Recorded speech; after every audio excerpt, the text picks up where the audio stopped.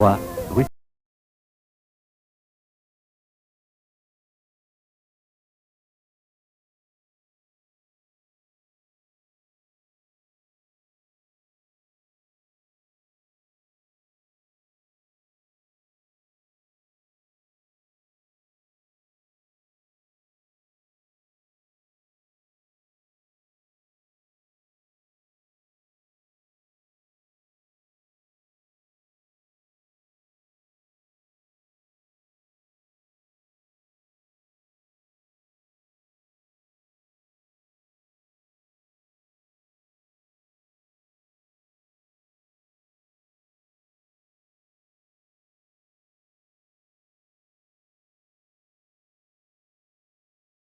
Jacquemin, poète et paysan perverti. Ce soir, je vous invite à entrer dans la forêt. Une promenade en forêt en compagnie de Pascal Goffaut et du poète François Jacquemin, à l'occasion de la réédition chez Laborde d'un de ses recueils qui a pour titre Les Saisons.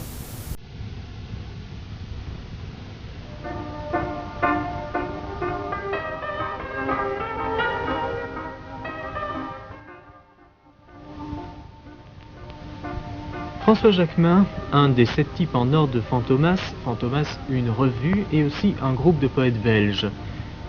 Jacquemin naquit à Ozémont, dans la province de Liège, en 1929. Il passa son adolescence en Angleterre et il est vrai que la littérature anglaise le passionne encore aujourd'hui. Ensuite, de retour en Belgique, il rencontra Avrennes et Noiret ainsi que tous les hommes qui feront la revue Fantomas. L'œuvre de François Jacquemin occupe une place singulière dans le sous-bois de notre littérature. Jacquemin est un passionné de botanique et ses poèmes se nourrissent littéralement des images tirées des grands cycles des saisons. Ces textes courts sont comme des cristaux, rien ne peut troubler leur pureté, je dirais même leur parfaite transparence. Je vous invite à découvrir cette œuvre, une œuvre discrète d'un poète impérieux qui convie le silence à sa table d'écriture.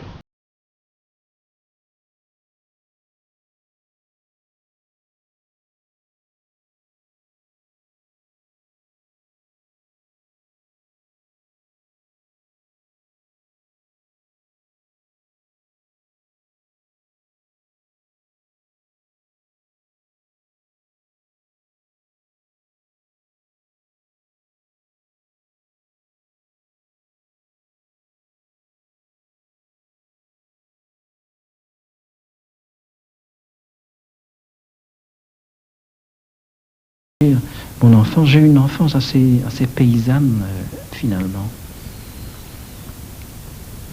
Et je n'ai jamais compris la raison pour laquelle je me suis intéressé à la littérature. Je pense que c'est un embranchement anormal en ce qui me concerne. Ça ne se devait pas. J'ai l'impression que mon cerveau n'était pas conçu pour cela. J'ai toujours trouvé que l'activité agricole était supérieure à l'activité culturelle. Mais je n'ai pu m'empêcher d'écrire, d'être cette espèce de paysan perverti que je suis devenu en écrivant.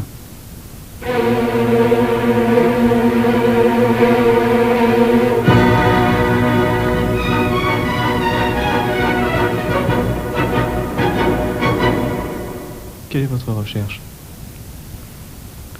Mais ma recherche, je crois que c'est la recherche de tout un chacun, c'est de vivre en paix, finalement. Je crois que c'est ça. Je ne pense pas que l'exercice de la poésie soit le bon moyen, figurez-vous. Je crois que écrire est une erreur de jugement, une erreur d'appréciation. La paix, vous la trouvez en forêt ou devant une page blanche? Sûrement pas devant une page blanche. En forêt, fréquemment, oui. Oui. Mais enfin, je ne peux pas vivre tout le temps en forêt. Malheureusement, je pense. Et c'est très embêtant.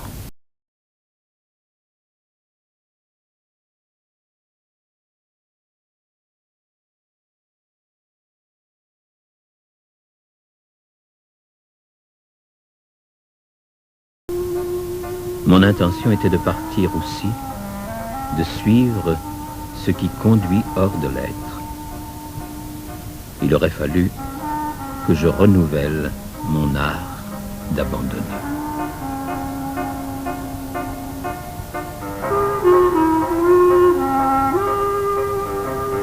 Où sommes-nous ici, François?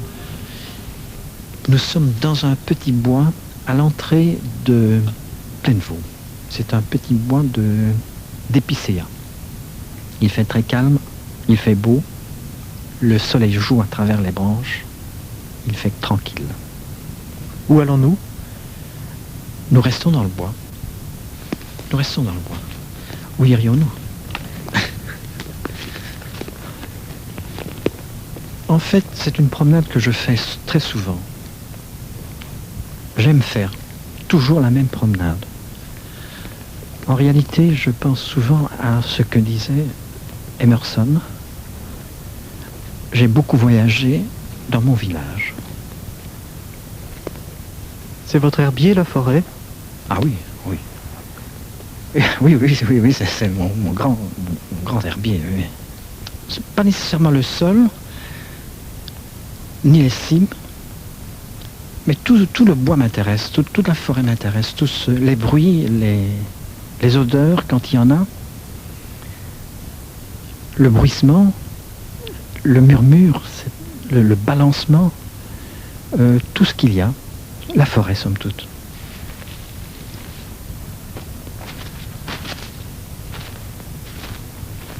La marche arme le bras de la contemplation.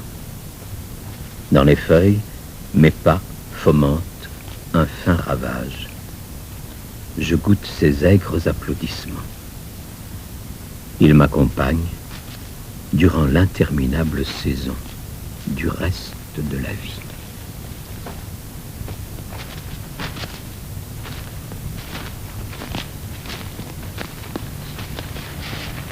Vous disiez tout à l'heure que vous empruntiez toujours le même chemin. Vous recherchez la même pensée? Oui, forcément. On tourne toujours autour de ses propres obsessions. Je ne pense pas qu'un homme puisse imaginer une infinie variété de réflexions, de solutions, de possibilités. Je crois qu'on a relativement vite fait le tour de soi-même, finalement.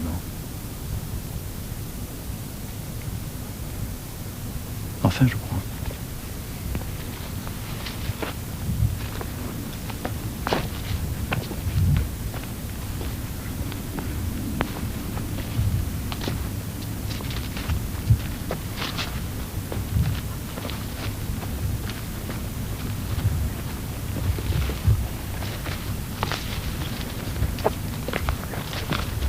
Vous avez parfois le désir de vous détacher de la pensée? Très souvent. Très souvent. Je crois que la pensée est une espèce de détresse. Une faute. Une sorte de dégradation. Une erreur. Un embranchement douloureux. J'ai l'impression de n'être jamais arrivé à quelque chose de bon par la réflexion. C'est très difficile pour moi de dire exactement la raison de cela, mais j'éprouve une certaine haine à l'égard du fait intellectuel. Et ça se retrouve dans tout ce que j'écris et vraisemblablement dans tout ce que je ressens. Il y a une sorte d'empirisme radical. C'est une attitude intellectuelle aussi, bien sûr. Mais enfin, je retrouve toujours cette espèce d'empirisme radical à la base de ma démarche. Le refus de tout est une condition de survie lorsqu'il fait doux. Seule la pensée qui n'aspire à rien risque de rester intacte. Le ciel frôle cette perfection. Vous avez une nostalgie des éléments, François Jacquemin? Peut-être oui, oui. Une nostalgie du grand aveuglement des éléments, de leur profonde et puissante poésie, oui. Et je crois que c'est précisément la pensée qui me gêne. La pensée me gêne dans la mesure où elle m'éloigne des éléments. J'aime l'élément dans ce qu'il a de pur, de rude, pas de rudimentaire, de rude, de vrai, de minéral, d'intense.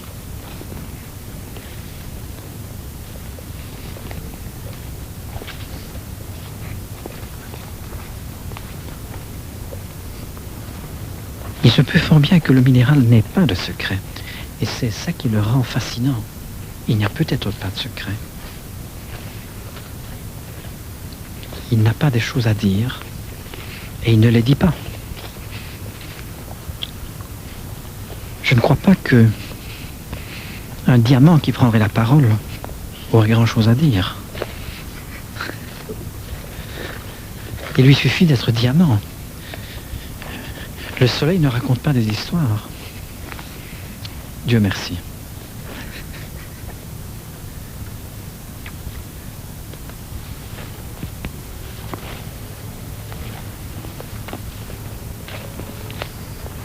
Je serais vraiment affligé de voir la neige faire du théâtre et vouloir être plus blanche qu'elle n'est. Ce serait l'impensable. N'en parlons plus.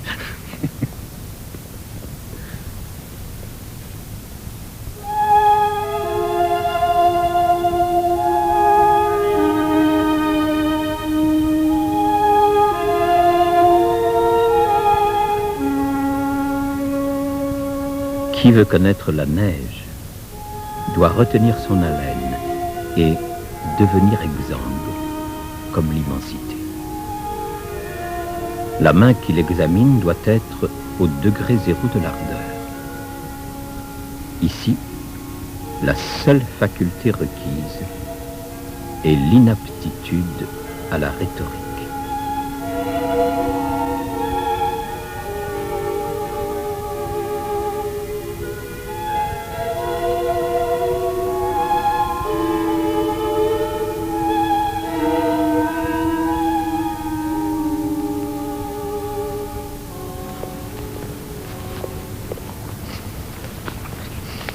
Nous arrivons à un cul-de-sac ici?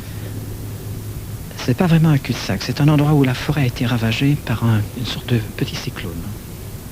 Alors, nous ne pouvons pas aller plus loin.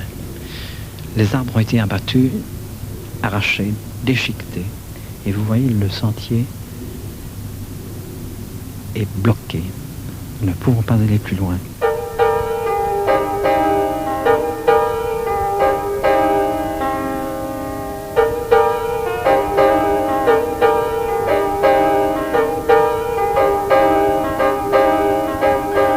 Le désir est infatigable. Il remue ciel et terre pour rendre la pêche irrésistible. Même fauché, le pré a des attraits que nul ne soupçonnait sous l'herbe. Il faut prendre garde. La beauté du monde est sans vergogne.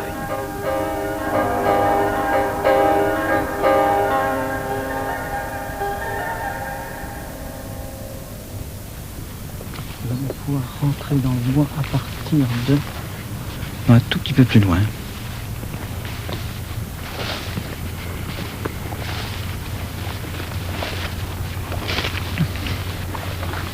Je ne crois pas qu'il soit possible de sortir du réel par une question sur le réel. Je crois qu'une question est une chose impossible. Ça voudrait dire que... Poser une question voudrait dire que le réel est capable de se retourner sur lui-même, c'est-à-dire d'avoir une vue extérieure sur lui-même. C'est comme si on demandait à l'océan de se retirer dans un petit coin et de commencer à s'observer Je pense que je ne veux pas abuser de cette comparaison, mais c'est un peu comme ça que je ressens la chose. Il n'est pas possible de poser une question. Je crois que toute question est une sorte de douleur, de détresse. Je crois que c'est Wittgenstein qui disait qu'il ne fallait pas résoudre une question. Il faut la dissoudre comme un mal, comme une douleur. Il faut guérir de la question. Il faut guérir de ces questions. Et un homme qui vivrait avec une réponse serait probablement un homme extrêmement malheureux, parce qu'il n'aurait qu'une réponse. L'expression, François, est toujours malheureuse? Oui, absolument. Toute expression est une détresse, une erreur, une chose à dépasser. Je pense que l'art, comme toute forme d'expression, sont des choses à dépasser. L'artiste est un homme à dépasser. C'est un homme en devenir, mais ce n'est pas l'homme devenu.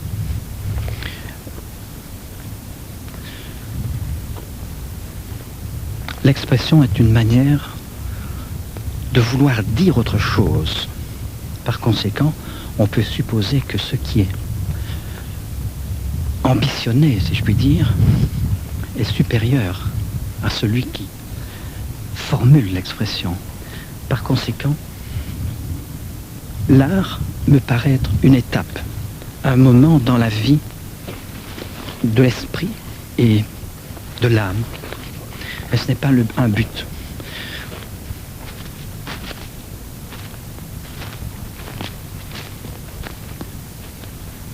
Ce qu'il y a à dire du printemps, le printemps le dit. Il n'est pas de signe pour rendre le vide mystérieusement touché. La croissance s'accorde à son propre lyrisme. Pour entendre vraiment, il faut au cœur plus d'amnésie que d'enthousiasme.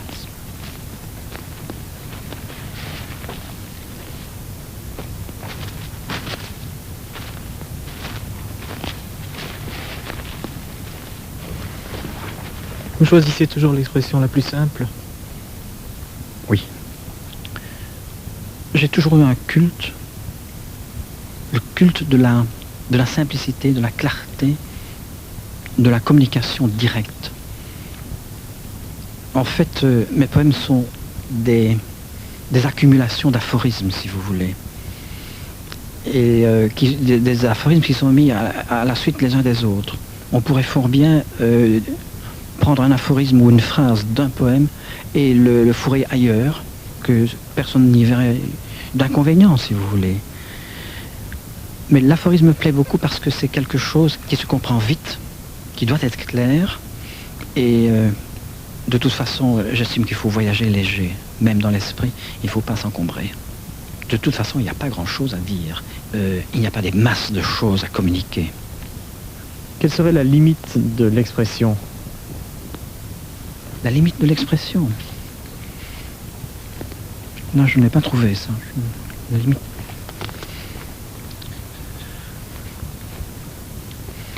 Ne rien dire, bien entendu. Mais je ne sais pas si ne rien dire est une expression. C'est une question assez amusante, finalement. C'est presque un jeu de société, votre question.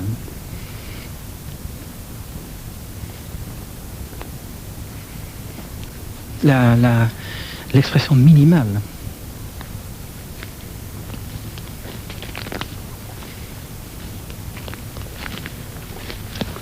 Je suis sans réponse.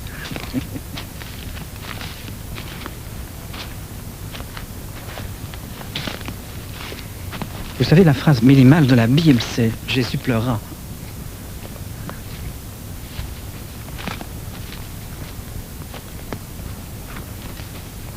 Qu'est-ce que c'est? C'est un sureau rouge.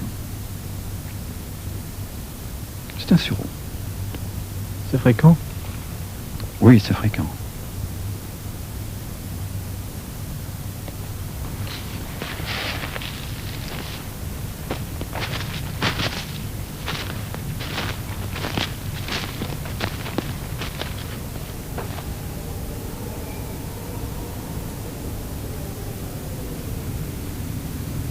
J'entends l'arbre exalter l'économie de l'expression.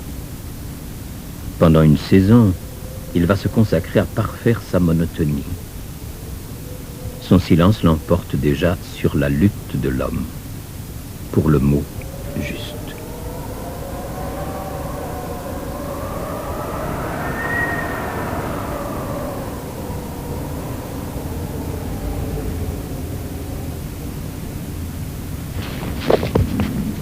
Le poème, selon vous, est un leurre? Oui, malgré tout, c'est un leurre. Le poème ne change rien. Le poème n'a jamais changé ma vie. J'ai cru que ça pourrait m'apporter quelque chose.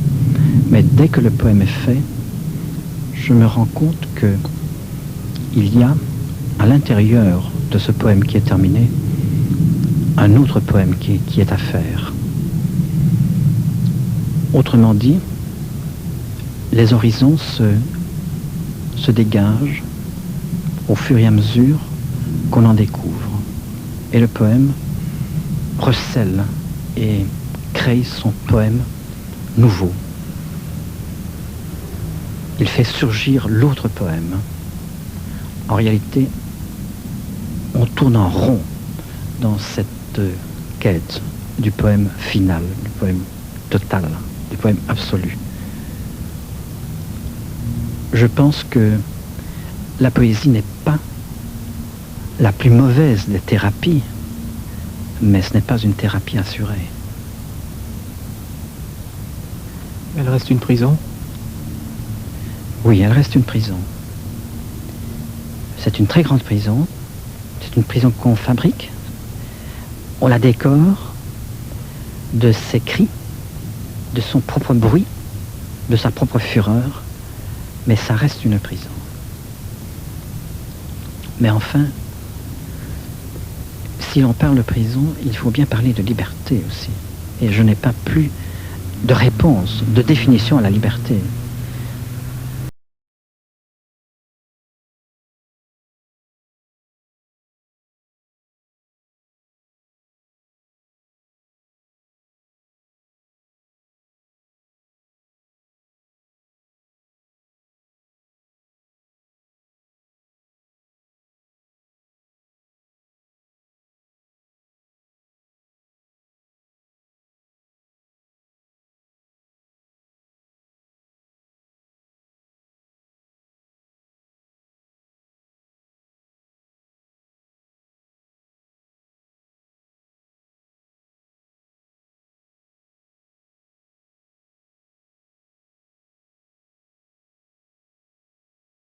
En forêt, François, s'est terminée sur une note sérieuse. Oui. En fait, ce qui me dérange très fort dans l'interview, c'est que ça m'oblige de me prendre au sérieux. Ce que je ne suis pas du tout. En fait, j'aurais souhaité être un auteur comique. Mais l'interview m'oblige à dire des choses qui sont à la limite de ce que je pense. Ce sont souvent des réflexions que je remets en cause. Mes réponses ne sont jamais définitives, mais il faut que je leur donne une forme. L'interview veut que je leur donne une forme qui passe, mais je trouve ça très souvent fort regrettable. Vous êtes souvent en proie au doute? Absolument. Je doute de tout, mais ce doute ne me blesse pas, parce que je ne suis pas vraiment intéressé par une réponse, comme je vous disais tout à l'heure. Le doute, c'est cette espèce d'acide qui est en moi, dont j'ai besoin pour vivre. Mais cet acide, ce goût du doute, de l'analyse, ne me blesse pas particulièrement. J'épouse ma naissance. Poli à l'extrême, mon amertume aboutit à l'obscénité. Je crains lamentablement de ne rien laisser dans le désert de la respiration. Je suis un auteur comique.